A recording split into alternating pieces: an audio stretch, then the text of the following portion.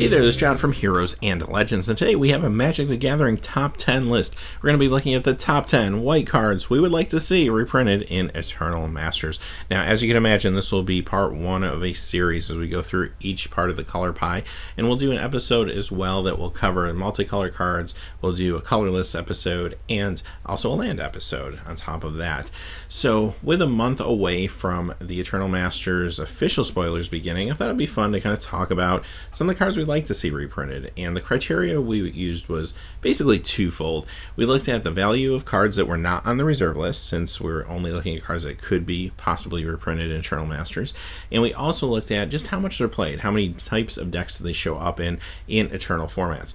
Now, Modern is not an Eternal format, however, all things being equal, at times we also did look at a card, especially if its value is being driven partially by Modern, but also by other formats as well.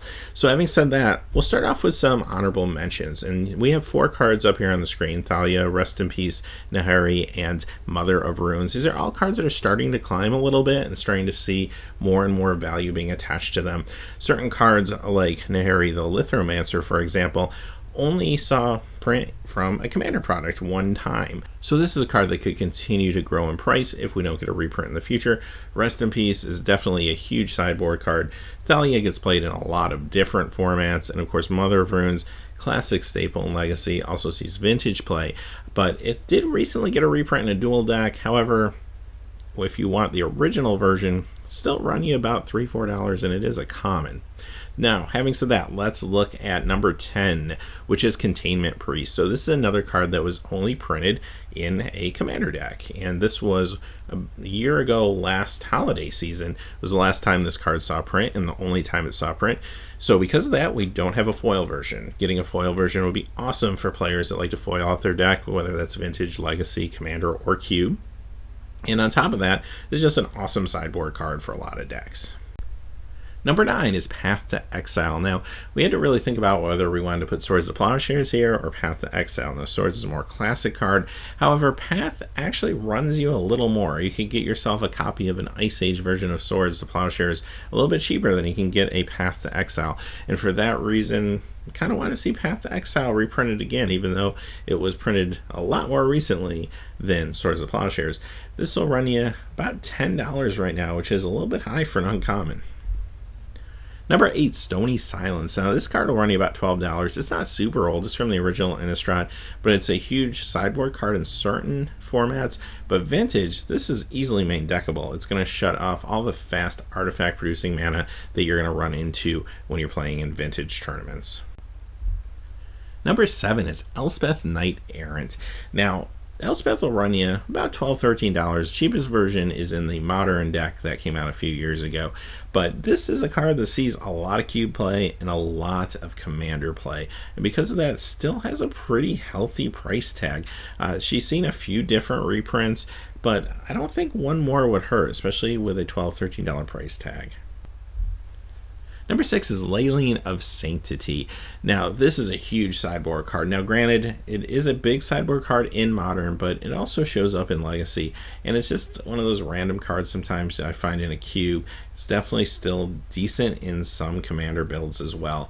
If you're trying to deal with anything that's going to try to burn you out, or if you're trying to protect yourself against Edict type effects, this is the go-to card. And even though, again, this saw a reprint not that long ago, Modern Masters 2015, which was about a year ago, but the card will still run you about $13-14.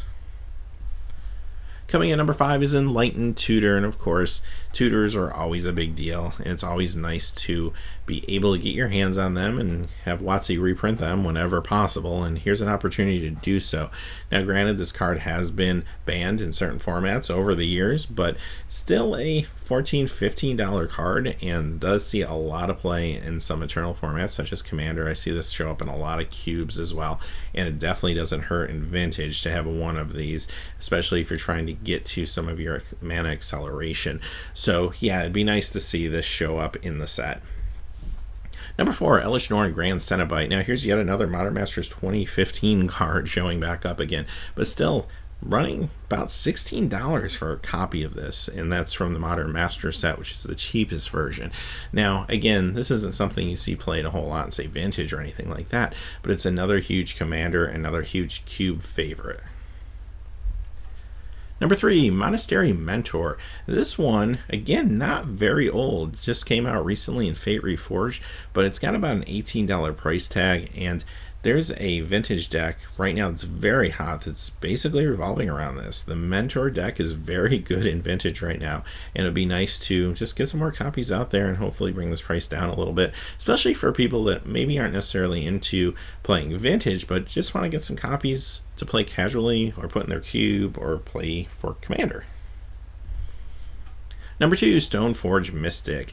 So Stoneforge just recently saw a promo version released for this year's Grand Prix season, but still $25 card, and that can really add up if you want 4 of in your deck. And this is a card that definitely sees Vintage play as well as many other formats, so it'd be nice to see a true reprint and another way to get it in foil other than the promo and the original. Coming in at number 1 is Ravages of War.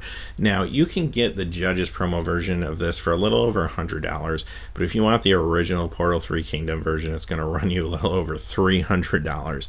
And this is a perfect example of a card that on its own isn't game-breaking, super powerful in the Vintage world or in the Legacy world necessarily, but it's just a card that has seen so small of a print run, especially an English version, that it's just super inflated at this point. I think Eternal Masters as well as Conspiracy 2, if they can find some opportunities to reprint some of these Portal 3 Kingdoms cards, I think that would be great for the community and for Magic players. A card like this shouldn't be worth $300, even the promo being worth over $100, right? And this is an opportunity to try to fix some of that. Now, as far as playability of this card, where's this show up? This shows up a lot in Commander decks that are trying to run basically a second Armageddon. Also shows up in cubes, especially if a cube player wants to trick out their cube a little bit and throw this in instead of Armageddon, or else they have the opportunity to put 2 strong white basically identical cards in their cube with this in Armageddon. So there is a demand out there for it, maybe not as high as some of the other cards that we've seen on the list, considering that they see more play in more formats. However, I'd really like to see the price of this thing come down. It just seems ridiculous, and the players that would like a copy, I think, should be able to get one. And other than the Judges promo, there's no other way to get this in foil, so it'd be kind of nice to be able to get foil copies of this. So having said that, that's our top 10 white cards we'd like to see. So let me know in the comments below what we forgot. I'm sure we forgot something. So let me know what that is, where you think it should fall on the list, and we'll see you soon for the next installment where we'll be looking at all the blue cards we'd like to see reprinted, well, or at least the top 10. So until then, hey, thanks for watching. Please remember to like and subscribe, and have a great day. Hey, thanks as always for watching. This video, like all my videos, was made possible by the generous support of viewers like you on Patreon. Even a donation of $1 helps me to keep growing this community and creating better quality videos for all of you. Check out our Patreon page for exclusive giveaways and future goals for the channel. If you haven't had a chance yet to subscribe, hit that subscribe button so you don't miss any of the MTG news, spoilers, set reviews, product openings, or finance videos on Heroes and Legends. Talk to you again soon, and have a good day.